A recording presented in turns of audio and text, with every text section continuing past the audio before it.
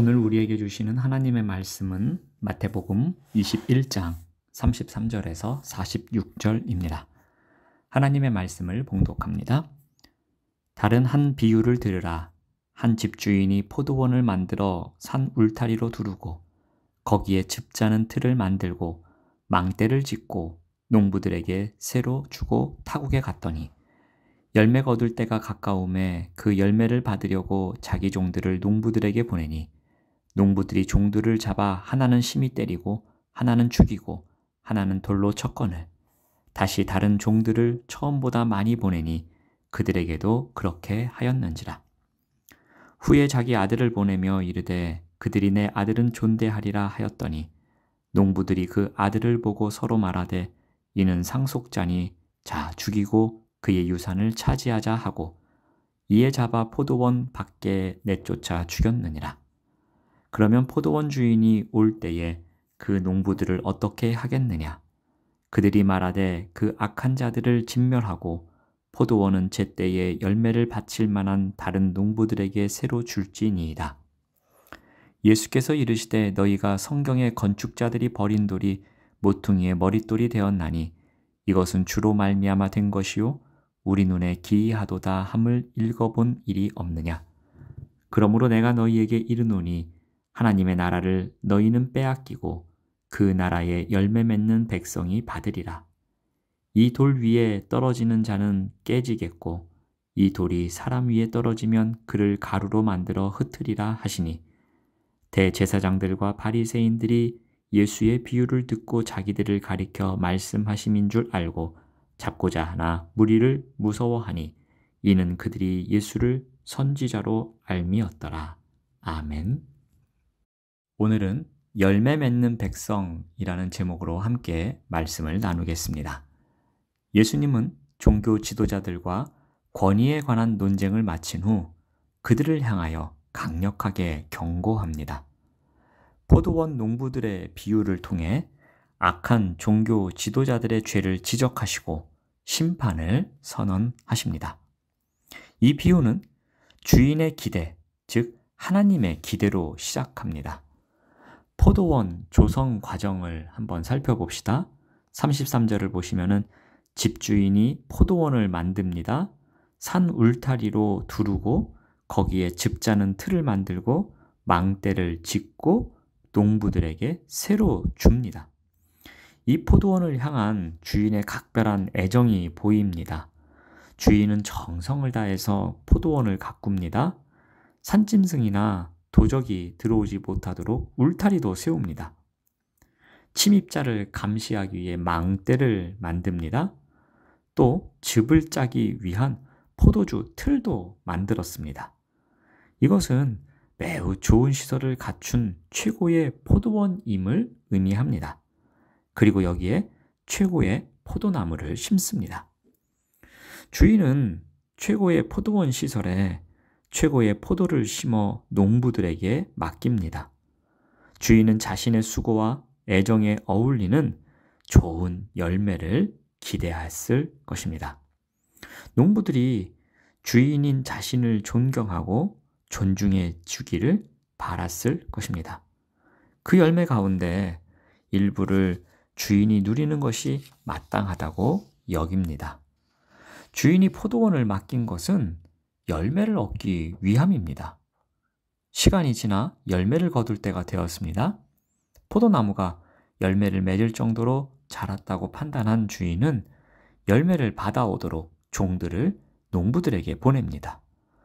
34절 말씀을 보시면 열매 거둘 때가 가까움에 그 열매를 받으려고 자기 종들을 농부들에게 보냈다고 합니다.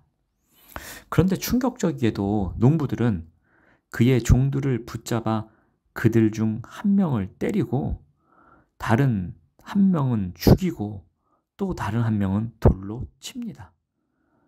모욕감을 준 것입니다. 주인이 재차 더 많은 종을 보냈음에도 불구하고 동일한 악행을 행합니다. 포도원 주인은 이제 아들까지 보내는 무리수를 둡니다. 37절 말씀을 보시면 후에 자기 아들을 보내며 이르되 그들이 내 아들을 존대하리라 하였더니 여기에 후에라는 단어에 주목해야 할 것입니다. 이것은 마지막으로를 뜻합니다.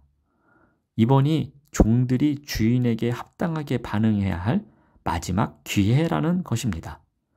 주인은 최종적으로 아들을 보내면서 자신의 분신을 보내니 당연히 존중할 것이라고 기대한 것입니다. 하지만 농부들은 그 아들마저 죽이고 말았습니다. 주인은 소작인들이 자신을 인정하고 합당히 경배할 때까지 참았습니다. 주인은 여러 번 종들을 보내고 마지막으로 아들을 보내면서 열매를 기대했습니다. 주인은 수없는 거절과 모욕을 당하면서도 종들과 아들을 보내 자신의 선한 기대를 알려주었습니다. 하지만 그들은 어떻게 합니까? 38절에서 39절을 보면은 이는 상속자니 자 죽이고 그의 유산을 차지하자라고 합니다. 농부들은 주인의 기대와는 달랐습니다. 그들은 선택받아 포도원을 경작할 특권을 얻는 것을 망각한 채 아들까지 죽여서 그 포도원을 통째로 차지하려고 합니다. 이제 그들을 기다리고 있는 것은 무엇입니까? 우리 41절 말씀을 보시면은 진멸이라는 단어가 나옵니다. 긍휼이 많은 주인이었지만 영원히 참지는 못하는가 봅니다. 아들까지 보냈다는 것은 더 이상 줄 것이 없음을 의미합니다. 그런데 그 아들마저 거부한다면 이것은 더 이상 소망이 없다는 것입니다. 분명 구원은 은혜입니다. 그렇지만 그 구원마저 거부한다면 남는 것은 심판일 뿐입니다. 예수님은 비유의 핵심을 해석하고 하나님의 계획을 알리기 위해 시편 118편의 말씀을 인용하십니다. 42절 말씀을 보시면 예수께서 이르시되 너희가 성경에 건축자들이 버린 돌이 모퉁이의 머릿돌이 되었나니 이것은 주로 말미암아 된 것이요 우리 눈에 기이하도다 함을 읽어본 일이 없느냐. 아들은 버림받았지만 기이한 일이 일어날 것이다 라고 합니다. 쓸모없다는 버림받은 돌이 건축물의 벽을 연결하고 기둥을 지탱하는 반드시 필요한 모퉁이 돌이 될 것이기 때문입니다. 예수님은 버림받고 사역은 실패한 것처럼 보이지만 하나님은 부활을 통해서 반전을 준비하십니다. 부활한 아들은 제자들에게 모든 민족을 향해 가도록 명령함으로써 하나님 나라는 더 많은 백성에게 주어지게 된 것입니다. 따라서 아들의 버림받음과 죽음은 실패가 아니라 하나님의 승리가 되는 것입니다. 예수님은 그 나라를 너희에게서 빼앗습니다. 그리고 누구에게 줍니까? 43절 말씀을 보시면은 그러므로 내가 너희에게 이르노니 하나님의 나라를 너희는 빼앗기고 그 나라에 열매 맺는 백성이 받으리라 라고 합니다. 자, 그렇다면 열매 맺는 백성이 누구입니까? 여기서 열매는 유대 종교 지도자들에게는 없는 것입니다. 그렇지만 하나님 나라의 새 백성에게는 있는 것입니다. 그러므로 이 열매의 핵심적인 의미는 예수님에 대한 긍정적인 반응과 연결이 됩니다. 하지만 하나님의 아들은 하나님의 뜻을 알리는 마지막 메신저로 왔기에 아들을 영접하지 않는 것은 하나님의 뜻을 받아들이지 않겠다라는 태도입니다. 그래서 결국은 어떻게 됩니까? 44절 말씀을 보시면 이 돌 위에 떨어지는 자는 깨지겠고 이 돌이 사람 위에 떨어지면 그를 가루로 만들어 흩으리라 하시니 예수님은 돌에 대한 반응이 어떤 결과를 일으킬 것인지, 즉 자신의 권위에 대한 반응이 가져올 결과를 설명하십니다. 이제 돌이신 예수님께 부정적으로 반응한 자들은 심판을 피할 수 없게 됩니다. 유대 지도자들이 돌을 버리지만, 즉 예수를 죽이지만 오히려 그들이 돌에 의해, 즉 메시아에 의해 심판을 받게 되는 것입니다. 오늘의 비유 말씀을 통해서 한 가지 적용점을 발견해 봅니다. 포도원을 정성껏 가꾸는 주인처럼 하나님 나라의 주인이신 하나님은 교회의 구성원이 열매 맺는 백성이 될 것을 기대하십니다. 하나님이 모퉁이의 머릿돌이신 예수를 중심으로 교회와 우리를 세우신 목적은 새 백성으로서의 열매를 맺는 데 있습니다. 아름다운 열매를 맺는 것은 예수와 그의 생애에 일치하는 것입니다.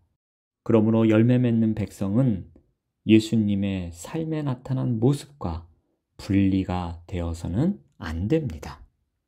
그런데 열매 맺는 백성이 예수님과 일치되지 못한 삶을 살 때가 얼마나 많은지 모릅니다. 다양한 유혹에 넘어갑니다. 마음을 분산케 하는 것 때문에 예수님과 전혀 일치된 삶을 살지 못할 때도 있습니다.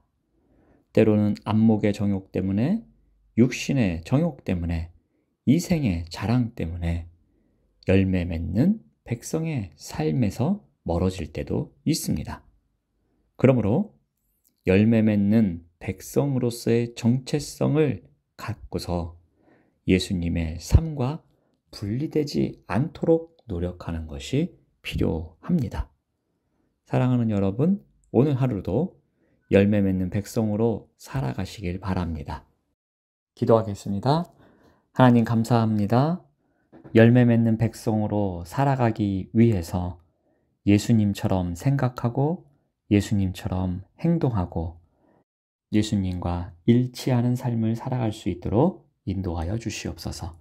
예수님의 이름으로 기도드립니다. 아멘.